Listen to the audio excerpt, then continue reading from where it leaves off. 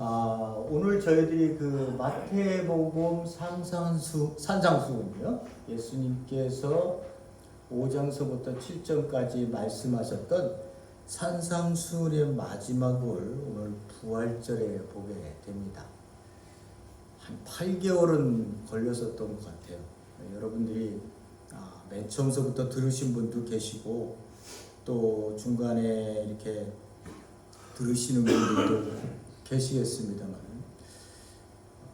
전체적으로 5장에서 7장의 말씀이 예수님께서 이 땅에 오셔서 선포하신 그 하나님의 나라가 이 땅에 등장을 했기 때문에, 도래를 했기 때문에 이 역사 안으로, 세상의 역사 안으로 뚫고 들어와서 새로운 길을 걷기 때문에, 새로운 시대를 열고 또 새로운 질서를 여는 길이기 때문에 거기에 합당하게 들어와 있는 백성들이 합당한 백성으로서의 삶을 살려고 한다면 우리의 심령 속에 무엇을 가지고 무엇을 품고 심으신 것을 이 땅에 드러내며 살아야 할까?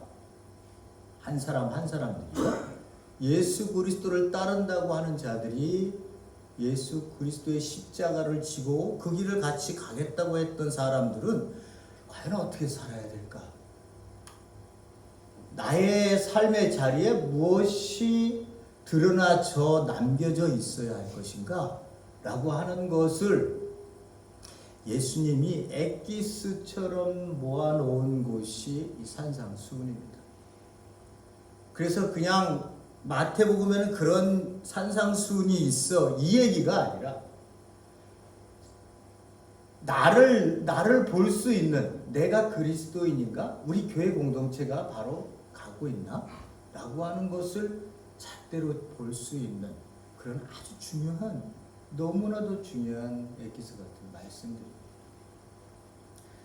저희들이 그것을 이제 심령이 가난한 자는 거기서부터 시작해야 하고, 오늘 말씀 마지막에 보게 되는 것처럼 이 말씀 전체가 여러분들에게 어떻게, 여러분들의 과거의 신앙과 지금의 신앙이 여러분들이 어떻게 변화되어졌는지도 한번, 제가 8개월 가까이로 설교를 했기 때문에 한번 점검해 보실 수 있는 중요한 시간이기도 합니다. 자, 오늘 말씀을 저희들이 이제 마지막 부분을 보게 되겠는데요. 제가 말씀드렸다시피 오늘은 부활절로 많은 교회들이 예수님이 사셨다고, 죽음에서 사셨다고 만세를 부르시면서 굉장히 기뻐하고 자축하는 그러한 시간이기도 합니다. 또 부활 헌금도 내기도 하고, 따로 또 뭐 계란도 앞에 갖다 놓기도 하고 그러는데, 저는 오늘 말씀을 계속해서 이어나가서 오늘 산상수훈을 끝을 맺으려고 합니다.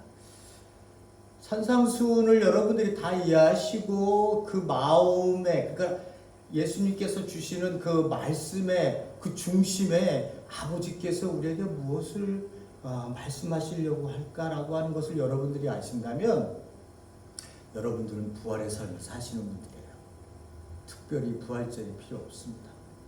그것은 일종의 형식으로 우리가 뭐 성탄절, 부활절 이렇게 해서 우리가 섬기기는 합니다만은 여러분들이 그걸 충분히 넘어선 신앙의 삶을 사는 자들이라고 저는 생각을 합니다. 그래서 이 산상수훈이 오늘 본문의 말씀을 통해서 이제 마지막을 얘기하는데, 저희들이 보게 될 말씀 보면서 저희들이 처음서부터 한번 다시 그 말씀들을 한번 되새겨 보도록 하겠습니다. 자, 우리 7장 24절에서 29절의 말씀인데요. 28절, 29절 두 구절만 저희들이 대표적으로 한번 읽어보도록 하겠습니다. 28절입니다. 예수께서 이 말씀을 마치시면 무리들이 그 가르침에 놀래니 이는 가르치는 것이 권세 있는 자와 같고 저희 서기관들과 같지 아니려라. 아멘.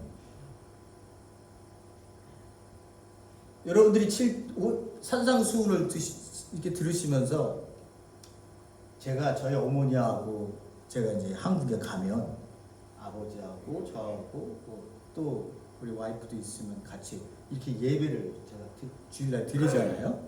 그럼 어머니가 이제 가시던 교회 안 가시고 저하고 예배를 드립니다. 그래서 제가 예배를 말씀을 좀 전하고 나서 짧게 이제 전하고 나서 얘기를 이제 끝나고 나시면 어머니가 꼭 하시는 말씀 중에 하나가 이 말이에요. 야, 그래서 어쩌란 말이야? 어쩌라는 거예요, 대체? 이런 얘기를 저한테 자주 질문을 하십니다. 그래서 제가 뭘 어째 살라는 거지. 내가 그렇게 말씀을 드리면 살고 있잖아. 그러니까 제가 그 어쩌란 말에 상대방에게 상대방이 제 설교를 듣고 그래서 어떡하란 말이야. 어쩌란 말이야. 이 질문이 꼭 이렇게 따라오셔야 되는 게 아닌가 저는 그렇게 생각합니다. 그래야 이 출발점이 어쩌란 말이야. 어떻게 해야 되는 거야. 그래서 어디에 방향을 둬야 되는 거야. 마음을 두어야 되는 거야. 이 내 안에서의 이 질문들이 나와줘야 돼요. 그냥 내가 목회자가 설교를 하면 아멘, 아멘, 예 맞습니다. 그리고 어쩌란 말이야 이게 안 나와. 그냥 그걸로 끝나. 그걸로 끝나요. 오늘도 말씀 듣고 행해. 예, 아멘, 예 좋아요. 맞습니다. 예수님의 말씀이시니 아멘이죠 무조건. 어쩌란 말이야 나. 살기도 힘든데.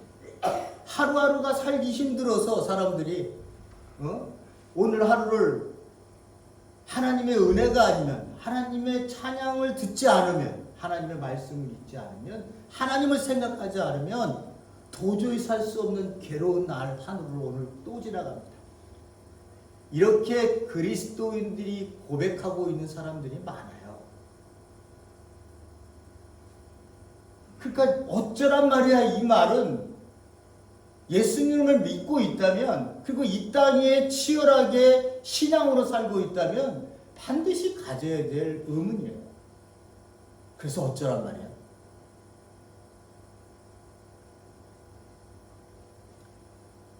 오늘은 어쩌란 말이야에 대한 여러분들의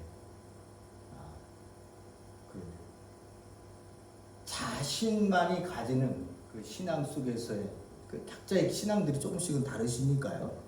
거기서 여러분들이 좀 더 깊은 고민 속에서 오늘 본문의 말씀을 제목을 이렇게 잡고 이것도 도발적이죠, 그죠? 어쩌란 말이야? 한번 보도록 하겠습니다. 자, 우리가 지금 보니까 결론 마지막 부분까지 왔어요. 한 8개월 걸렸는데 여러분들이 이 결론 부분에서 오늘의 결론의 이 부분을 얘기를 합니다. 보니까 7장 24절에 그러므로 라고 하니까 결론의 본문이에요. 그러니까 굉장히 중요하다고 생각할 수 있는 부분이죠. 자, 저번 주에 우리가 뭘 봤어요?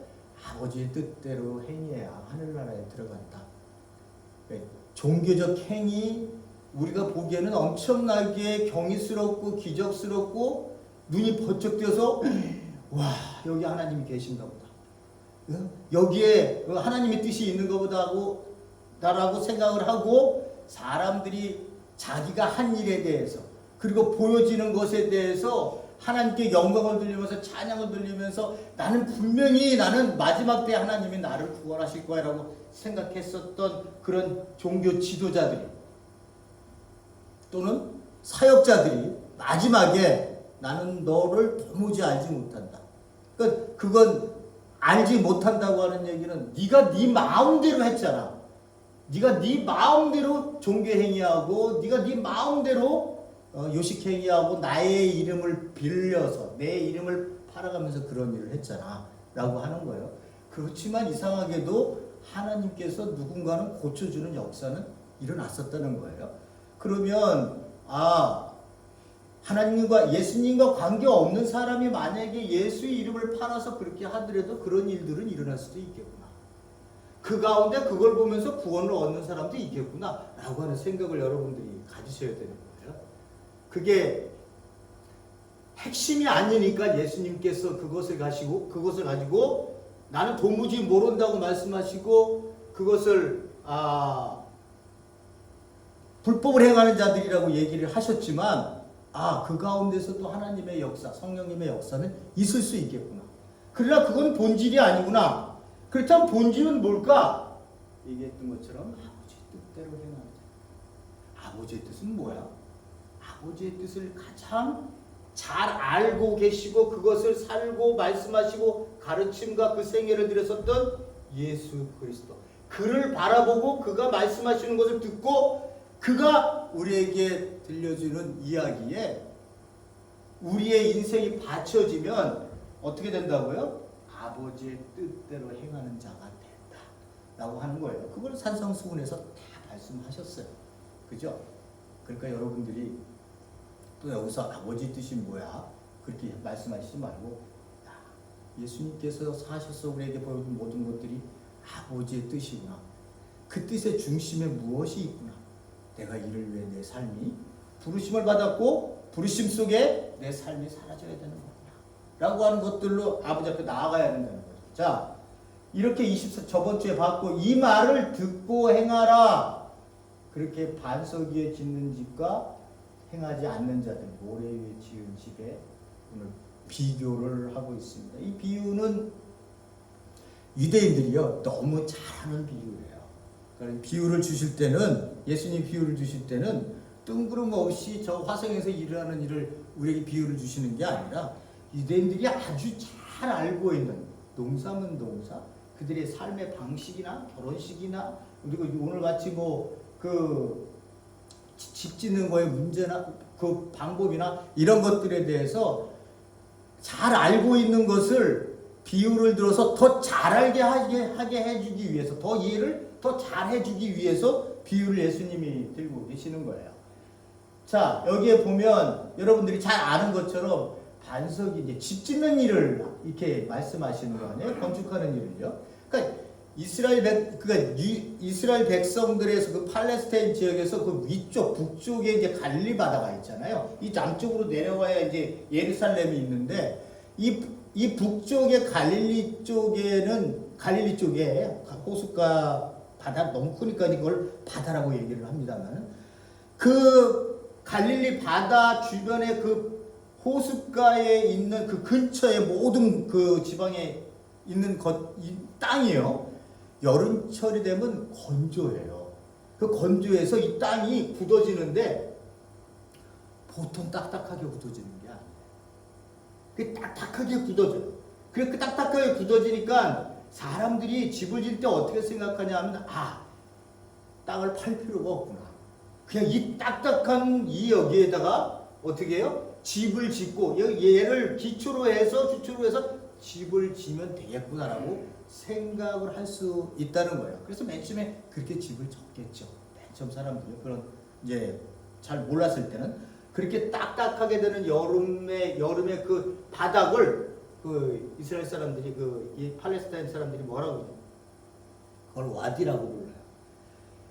이 와디 위에 이 딱딱해진 이 와디 위에 건물을 짓는데 지혜로운 사람은요. 오늘 본문에 봐서 지혜로운 사람은 이게 딱딱하지만 이걸 파서 그 밑에 반석이 나올 때까지 파는 사람이 존재했더라는 거예요. 그래서 거기에다가 집을 짓는 사람하고, 그죠? 그렇지 않고 그냥 모래가 딱딱하니까 그 모래 위에 단단한 그 모래 위에 집을 였던 사람의 그 두 집이 여름이 지나갈 동안은 괜찮아요. 근데 가을이 돼서 폭풍이 오면, 가을하고 겨울에요. 폭풍이 와서 비가 내리기 시작하면요. 그 딱딱했던 그 와디가 물이 들어오니까 이 엄청 딱딱했던 게 흘러내리기 시작하는 거예요. 그러니까 이 반석 위에, 그러니까 안반 위에 집을 진 사람이야 무디가 그 밑으로 졌으니까 그 위에 물이 오더라도 상관이 없지만 폭풍이 몰아쳐갖고 비가 많이 와서 홍수처럼 막 흘러내릴 때 그 딱딱한 그 와디 위에 집을 졌던 사람들은 그 흙들이 무너지기 시작하는 거예요. 그게. 그러니까 어떻게 해요? 집이 그때 같이 이렇게 폭삭 무너지는 거예요. 그 얘기를 예수님께서 이스라엘 백성들은 전부 알고 있는 이야기를 오늘 본문의 말씀에 이렇게 넣고 비유를 주고 계시는 겁니다. 두 번째 또 하나 알으셔야 돼요. 여기 지혜로운 사람하고 어리석은 사람이 등장합니다. 지혜롭다, 어리석다라고 하는 것은 구약 성경에 보면 잠언서, 전도서, 이사야서 이런 데 보면은 비교를 굉장히 많이 하는 구절이에요. 그래서 이스라엘 백성들이 이런 얘기가 등장하게 되면 이 말씀은 전도서 또는 잠언서나 이사야서에 있는 말씀이지. 그러니까 하나님의 길을 걷는 사람은 지혜로운 사람, 구약에서 보면요. 어리석은 사람은 자기의 길을 걷는 사람을 어리석은 사람이라고 이렇게 우리에게 주는 그 힌트가 예수님의 힌트가 있습니다. 그러니까 이스라엘 백성이 이걸 들으면서 지혜롭다, 어리석다라고 하는 얘기를 들으면 그 의미를 바로 얘기하시는구나 라고 이렇게 알 수 있다는 거죠. 또 한 가지, 마태복음 25장 1절에 가서 종말론에 대한 얘기를 하실 때의 비유에 열처녀 비유가 등장합니다. 여러분 잘 아시잖아요. 그죠? 열처녀. 다섯 처녀는 어떻게 해요? 슬기, 지혜로웠다. 그리고 다섯 처녀는 어떻게 해요? 어리석었다. 이렇게 얘기하고 있습니다. 왜 열처녀가 왜 어리석었어요? 열 처녀 중에 왜 다섯 처녀는 어리석었죠? 종말을 준비하지 않았다. 종말을 준비하지 않았다고 하는 얘기는 종말의 삶을 살지 않았다는 거예요. 종말의 삶을 살지 않았다는 거예요. 그러니까 이 얘기는 뭐예요? 교회의 우리에게 얘기를 하면 교회 성도님으로 이 땅에 와서 하나님 부르셔서 이 땅에 와서 우리가 하나님의 백성으로 산다고 생각하지만 오늘의 본문의 말씀처럼 말씀은 잘 듣고 집에를 가는데 한 번도 이 말씀을 갖고 그래서 어쩌란 말이야? 내가 그래서 어떻게 살아야 된다는 거야? 라고 질문을 갖고 고민하지 않고 삶을 살았다는 거예요. 고민해서 삶을 산다는 거는요, 믿음이 없어서 그런다는 게 아니에요. 믿음이 많으니까 더 깊이 알려고 말씀을 파는 거고요. 그냥 듣고 끝나는 사람은 어떻게 해요? 거기서 끝이야 라고 생각하고 종교행위로 끝나는 거예요. 교회만 왔다 갔다 하는 거죠. 그죠?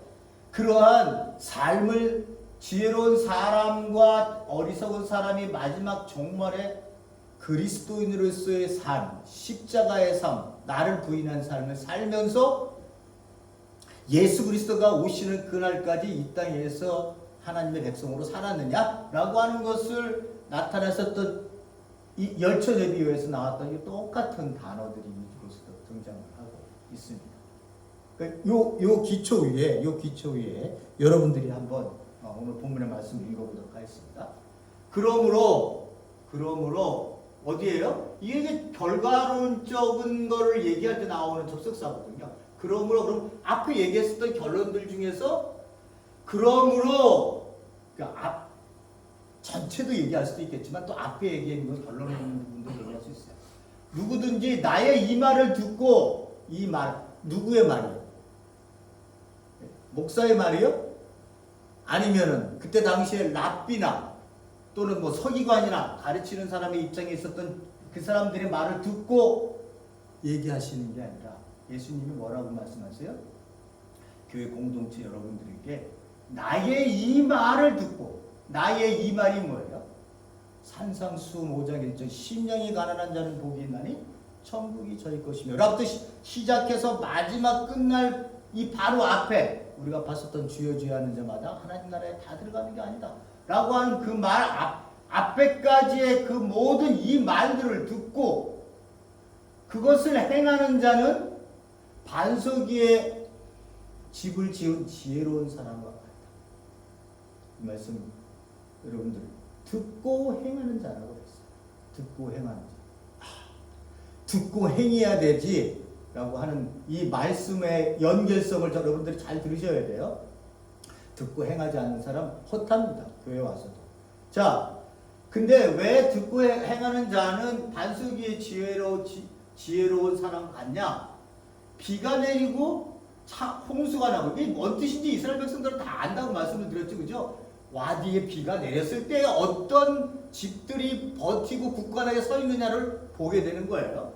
그렇게 홍수가 나고 바람이 불어 그 집에 몰아쳐도 무너지지 않았다. 그것은 왜냐? 반석 위에 세웠기 때문이다 라고 하는 이야기를 한다. 그러니까 이 부분이 좀 더 생각해 보면 지혜로운 사람은 혹 비가 내리고 홍수가 나고 바람이 불어서 집에 부딪혔을 때 반석 위에 세웠기 때문에 흔들리지 않는다는 이야기는 신앙적으로 잘 들여다보고 예수님이 왜 이런 비유를 말씀하셨을까를 생각해 보면 우리가 신앙생활을 할 때 고난이 오고 위험이 오고 힘들고 그러한 어떤 유혹이 왔을 때에 우리가 흔들리지 않고 그리고 마지막 심판 서기 전날에 엄청난 그 환란이 온다 하더라도 우리가 흔들리지 않고 이런 바람 불고 비가 내리고 홍수가 치더라도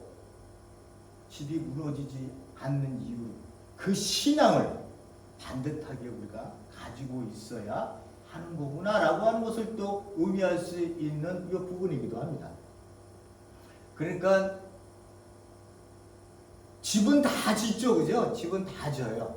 터를 어디에 짓느냐의 문제인데 집들은 다 져요. 그러니까 교회에 와서요, 성도님들이 다 와서 종교 행위는 다 해요. 종교 행위는 다 해요. 종교 행위를 한다는 게 지금 우리가 이렇게 목사가 지금 뭐 하고 있어요? 종교 행위 하고 있는 거예요. 여러분들은 뭐 하고 있어요? 예배드리는 종교 행위를 하고 있는 거예요. 근데 이 종교 행위 한 시간이 전부인 거라고 생각하는 성도들이 너무 많다는 데 문제가 있어요. 그러니까 교회가 생명력이 없는 거예요. 근데 이 예배 끝나면 끝이거든. 이 밥 먹고 집에 한 발짝 교회 발짝 나가서 들어가서 집에 가면 모든 게 끝이에요. 모든 게 끝이에요. 더 이상의 생각하지 않아요. 그렇기 때문에 생명력이 없는 거예요. 그 종교 행위를 한다 이렇게 얘기를 하는 거예요. 그러나 말을 듣고 행치 않는 사람들, 이런 사람들은 어리석다, 모래에 위에 집을 졌다. 그래서 엄청난 환란이나 고난이 닥치게 되면 그걸 이제 비, 홍수, 바람으로 이렇게 비유를 하셨습니다. 그때 무너진다는 거예요. 그건 뭐예요? 멸망하고 말다라고 하는 것입니다. 자, 이 말씀을 여러분들이 잘 이해하시겠죠? 어려운 단어는 없습니다. 제가 문화적 배경을 말씀을 드렸기 때문에 여러분들이요 반드시 기억하셔야 될 게 있어요. 제가 이렇게 말씀을 이렇게 주회를 해서 여러분들에게 말씀을 드렸습니다. 그런 말씀을 여러분들이 다시 읽으면 훨씬 더 하나님의 예수님이 말씀하신 그 분명한 뜻이 확실히 드러나게 여러분들에게 다가올 거예요. 신앙인들은요, 그리스도인들은요, 말씀을 볼 때 내가 이 말씀을 어떻게 해석하지? 얘 관점으로 보면 안 됩니다. 여러분들이 말씀을 볼 때요, 이 말씀이 내게 들어와서 나를 해체시켜야 돼요. 무슨 소리인지 아시겠어요? 우리가 성경을 딱 읽잖아요. 성경을 읽으면 벌써 그거를 내 머리로 이해를 해서 해석하려고 들은 사람들이 너무 많아요. 내가 해석하는 게 아니라 그 말씀이 내게 들어와서 나를 해석시켜야 돼요. 그래야 내가 하나님 안에서 이 말씀으로 해체가 됩니다. 그래서 하나님의 말씀은 살았고 운동력이 있어 여러분들의 어떻게? 혼과 영과 뭔가 골절, 골수 모든 부분을 도려내는 거예요. 아프죠? 아플 수밖에 없고 힘들 수밖에 그 과정이 힘들 수밖에 없는 거예요. 왜? 내가 깨져야 되는데 내 신령이 깨져야 되는데 제가 여러분들에게 이렇게 말씀을 드리면서 이 배경을 다 얘기했는데 요걸 딱 듣고 그냥 끝나셨어. 그럼 내가 무슨 변화가 있어요? 머리로 다 이해했어요. 그럼 제가 여러분들을 모셔갖고 여러분들 한 분 나오셔서 이거 한번 설계해 보시죠. 그럼 여러분 이거 해석 못 하시겠어요? 제가 다 줬는데. 그게 오늘날 우리가 말씀을 보면서 이 말씀이 내 안에 들어와서 나를 해체시키지 못하고 내가 항상 가운데서 내가 중심에서 말씀을 해석하려고 하기 때문에 이게 안 돼요. 삶의 변화가 없는 거야. 근본적인 게 안 바뀌어요. 삶의 뿌리가 뽑혀서 뒤집어져야 되는데 이 뿌리가 그대로 남아있어요. 왜? 말씀이 중심이 안 돼 있기 때문에.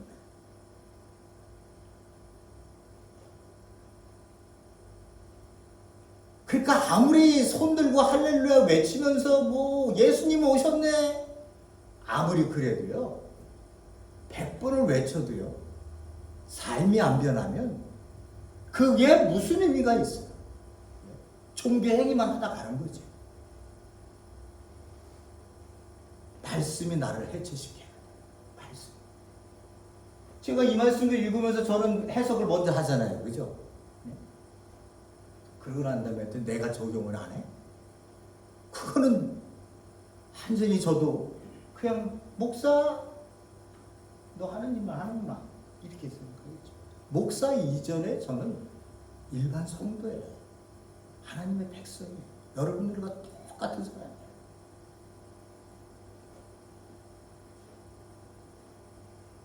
다 이해하시고 이 말씀이 여러분들을 해체하실 수 있기를 바랍니다. 그 말씀이 내 안에 들어오게 해주세요. 그 말씀이 나를 흔들게 해주세요. 그 말씀이 나를 삶의 방향으로 잡을 수 있는 길이 되게 해주세요. 이런 기도를 하셔야 되는 거예요. 이런 기도들. 맨날 우리 의식에 갇혀갖고요. 의식에 갇혀갖고 오늘은 어떻게 설교를 잘하지? 제가 맨날 이런 생각만 해요. 설교를 잘해서 히트 쳐야 되는데 저번 때처럼 막 웃고 그렇게 만들어드릴까? 그건 내 의식에 갇혀있는 전혀 변화되지 못하는 근본이 변화되지 못하는 삶의 자리이고요. 이 삶이 이 말씀이 내 안에 들어와서 나를 근본적으로 변화시킬 수 있는 그런 말씀을 내 안에 심게 해주세요라고 하는 좀 큰 의식 속에 여러분의 기도를 자꾸 하시다 보면요. 나도 모르게 그렇게 가게 돼 있습니다. 그 길을 가는 거예요. 자, 이 말씀을 하고 나시니까 우리들이 어떻게 생각하느냐? 가르침에 놀랬다. 얘가 말씀을 드렸죠. 4장하고 9장은요. 똑같이 잉크로 구조로 딱 잡혀있다고 그랬어요. 가르침과 기적을 행하셨다. 치유하셨다. 가르침과 치유하셨다. 똑같은 구절이 나옵니다. 그 요한에 뭐가 있을까요? 5장, 6장, 7장, 8장, 9장이 있어요. 그래서 저희들이 5장에서 7장을 봤잖아요. 여기에 뭐가 있어요? 가르침, 예수님의 가르침이 있고요. 산상수. 그 다음부터 8장, 9장은 뭐가 나와요? 치유하는 역사가 등장합니다. 양쪽에서 그렇게 얘기를 그 잉크루저로 잡아놨기 때문에. 그게 유대인들의 문학구조라고 얘기했잖아요. 그죠? 마태가 그걸 쓰고 있어요. 그래서 다음 주서부터 저희들이 어디를 보겠어요? 이제 사람들이 굉장히 그리스도인들도 관심을 갖는 사람 고치는 게 기적이 이제 일어나는 일을 저희들이 보게 됩니다. 자, 어쨌든 가르침에 놀랬다. 왜 가르침에 놀랬느냐? 예수님이 가르치는 거는 서기관이나 바리새인이나 랍비들이 가르치는 권위와 달랐기 때문에 권세 있는 자와 같이 가르쳤기 때문에 그들이 놀랬던 거예요. 그러니까 왜 마지막에 무리들이 이렇게 가르치면 놀랬다는 이야기로 그 본문을 말씀을 맺고 있을까라고 하는 거예요.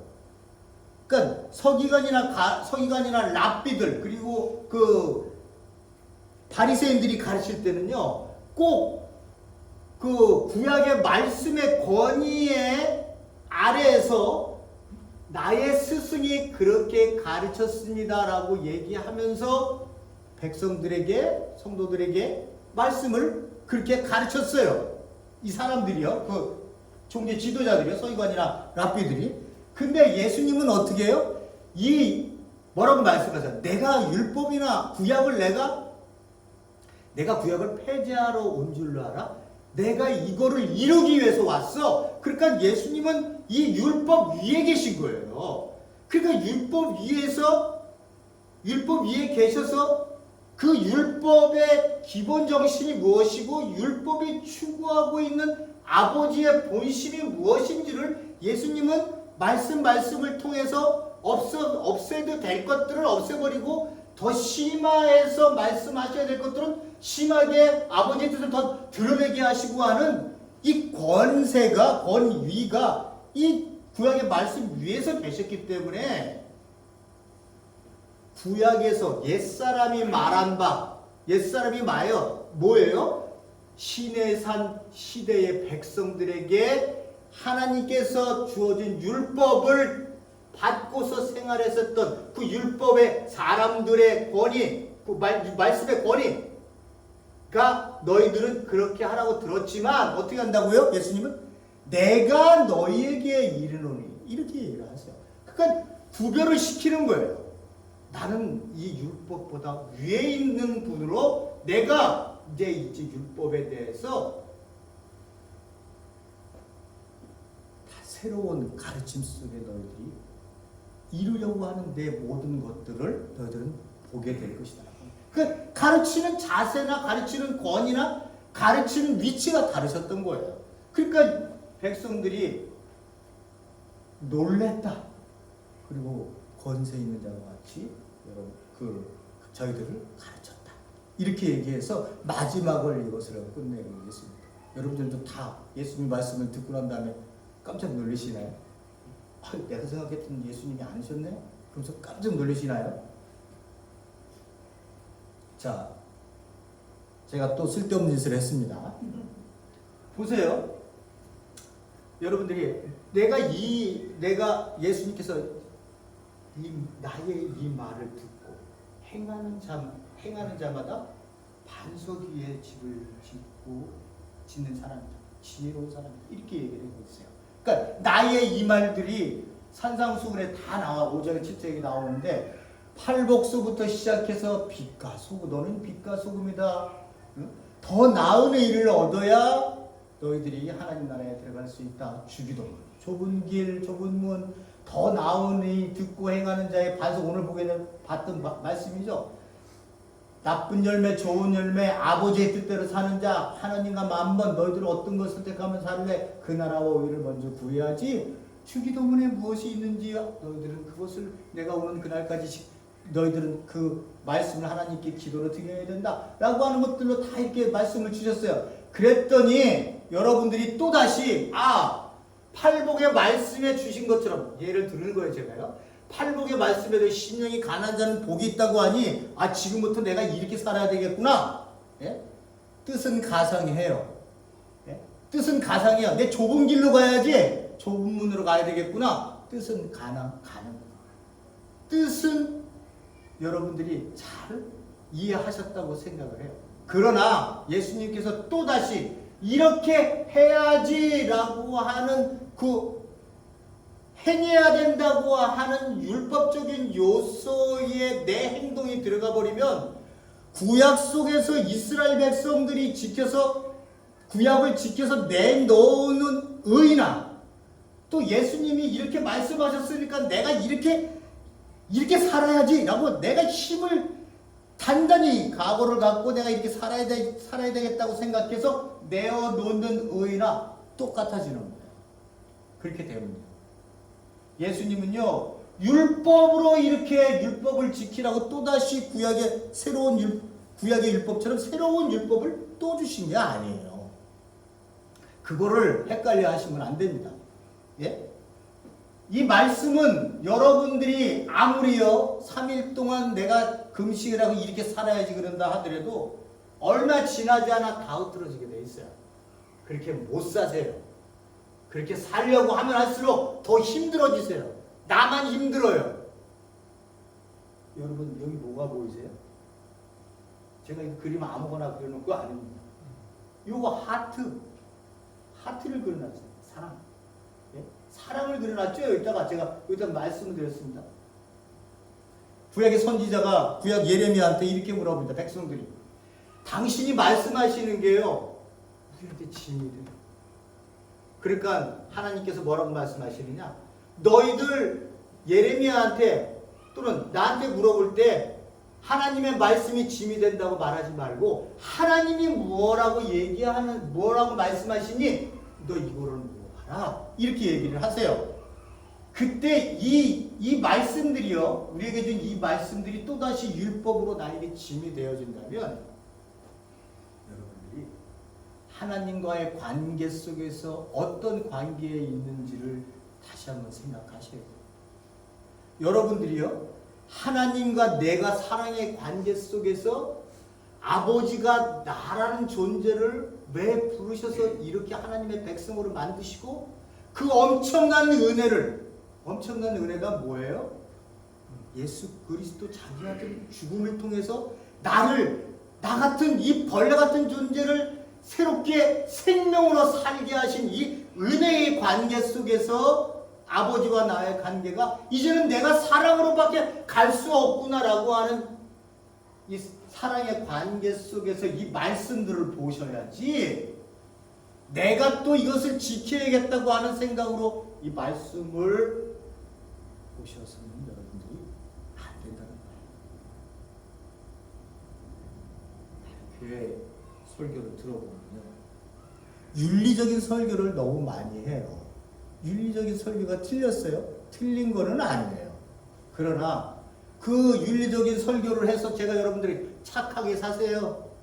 그러면 여러분들이 착하게 사는 게 뭔지 그런 것도 다 아시잖아요. 착하게 살아야지. 착하게 살아야지. 내가 오늘은 누구를 만나면 뭘 줘야지. 오늘 누구를 만나면 뭘 줘야지. 이렇게 착하게 사실 수 있어요. 그러나 그런 것들이 또다시 율법에 대해서 내가 행해야 될 무거운 짐의 말씀으로 와서는 안 된다는 거예요. 예수님은 수고하고 무거운 짐진 자들아 다 내게로 와, 내 편히 쉬게 해주겠다 그러는데 이 말씀 또 여기서 짊어지고 또 나가실 거예요. 여러분들이 하나님과의 관계가 사랑의 관계로 이렇게 맺혀져 있으면요, 이 말씀들이 내 안에서 내가 무거운 짐이 아니라 내가 기쁨으로 일을 할 수 있도록 하나님 저를 붙들어 주세요 라고 하는 그러한 관계로 나갑니다. 맨 처음에 하나님 제 힘으로 이거를 어떻게 해나갑니까? 예? 오른뺨을 돌려대면 왼뺨을 돌려대면 저거 어떻게 그렇게 할 수 있어요? 그래, 하나님은 아시죠? 네가 못한다는 거 알아요. 하나님 없이 그냥 오른뺨 맞고 그래 나 한 대 맞았으니 여기도 억지로 갖다 한 대 때려봐. 기절하는 길밖에 더 있겠어요. 여러분 안 맞아보셨죠? 저는 맞아봤어요. 정말 그거 뭐 그렇게 맞은 거는 아니죠. 그렇게 맞아보니까요, 진짜 때렸는데 하나도 안 아파요. 하나도 안 아파요. 왜? 내가 죄송하고 그 백성들을, 그 어렵고 힘든 사람들을 더 섬기지 못해서 내 가슴속에 아픔이 있는데 그 아픔을 주먹으로 때려주니까 그 아픔이 아픔으로 느끼지 않아요. 하나도 안 아파요. 모르겠어요. 저와 같이 맞았던 또 한 사람은 아팠는지 모르겠어요. 그 사람은 교회 안 다니니까. 근데 저는 하나도 안 아팠습니다. 신기했어요. 그럼 왜 안 아팠을까?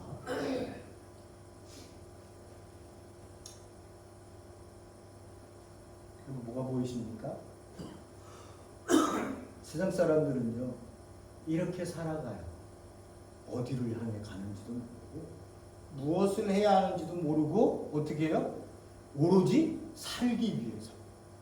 내가 오늘 이 돈을 벌지 않으면, 이 벌은 직장에서 일을 하지 않으면 우리는 가족, 그리고 함께 있는 부모들, 뭐 이런 곳에 매달려서 우리는 요 안에 틀에서 살 수 있게끔 이 시대가 너무 복잡해졌고, 또 내 자신 하나가 이 기계가, 이 세상이라고 하는 이 수레바퀴가 움직여지는 하나의 부품의 조각처럼 여겨질 때가 너무 많아요.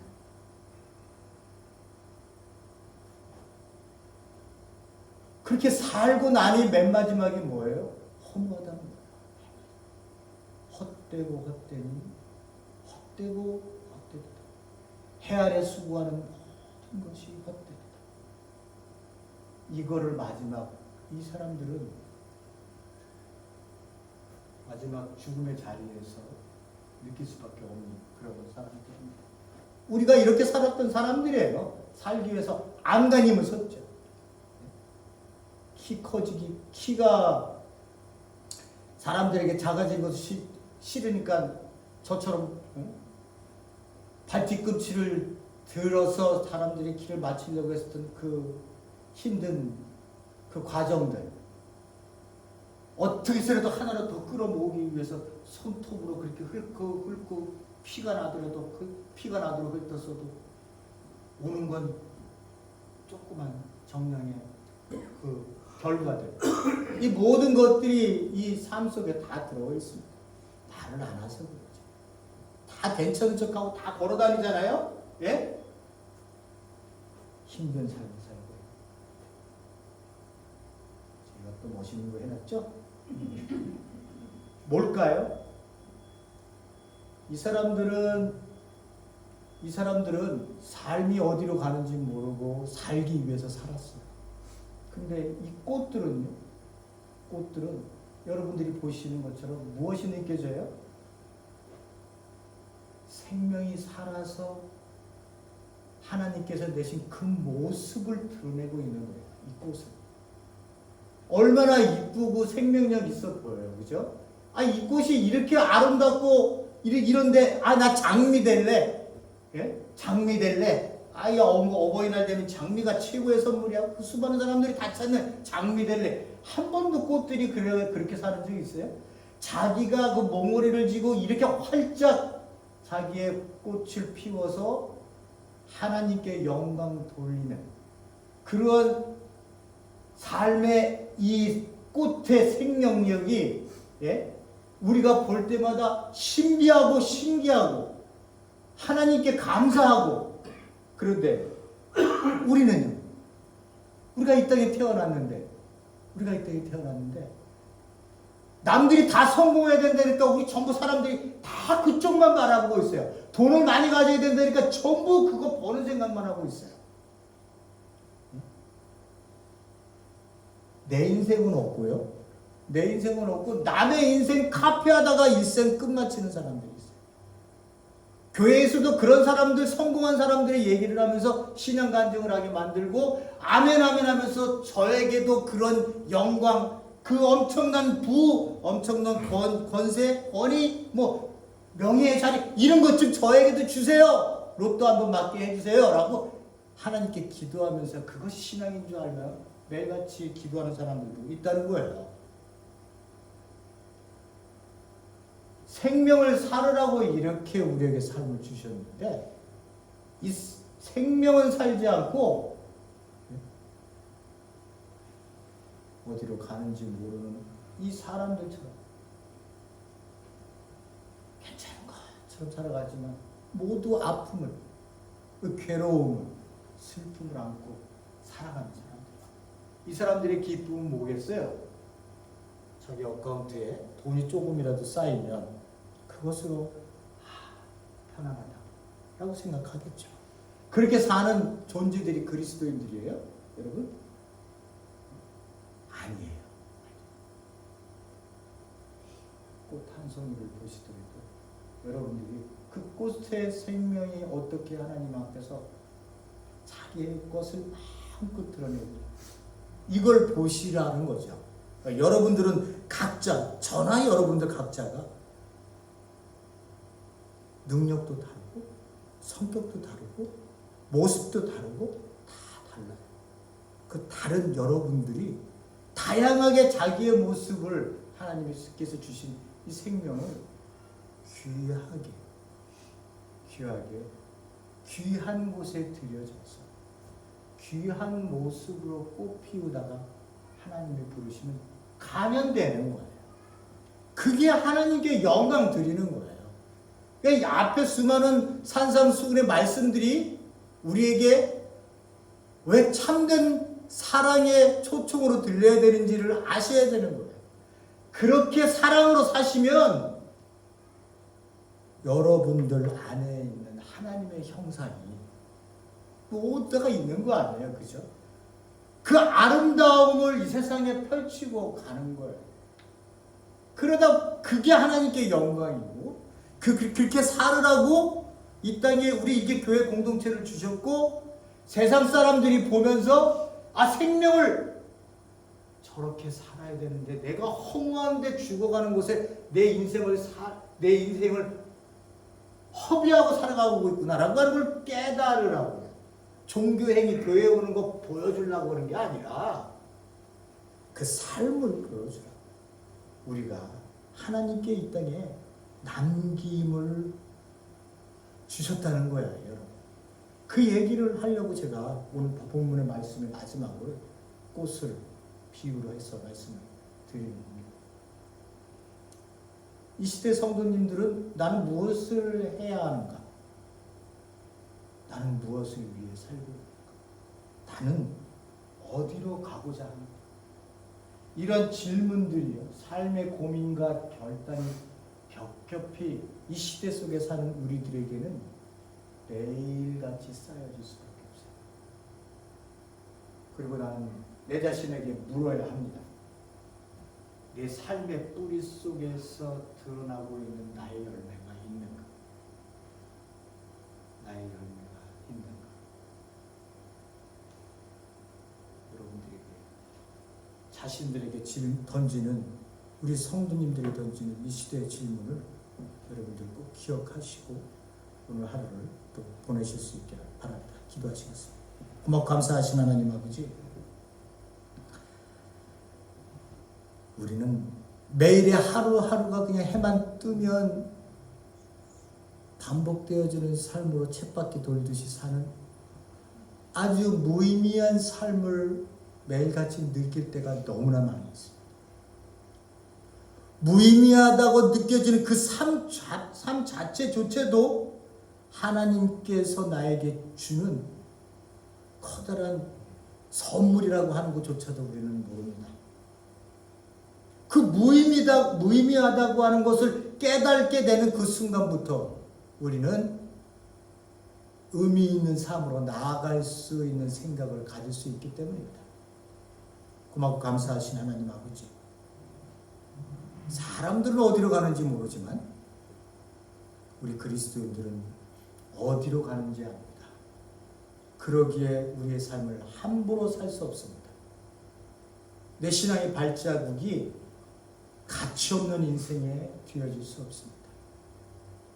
내가 내 뒤에 삶의 신앙 자리를 뒤돌아 보았을 때 미성숙하고 아직 다듬어지지 않은 신앙의 거친 발걸음이었지만 이제는 말씀에 내가 해체되어 말씀으로 삶을 사는 것이 복된 길이라고 생각하니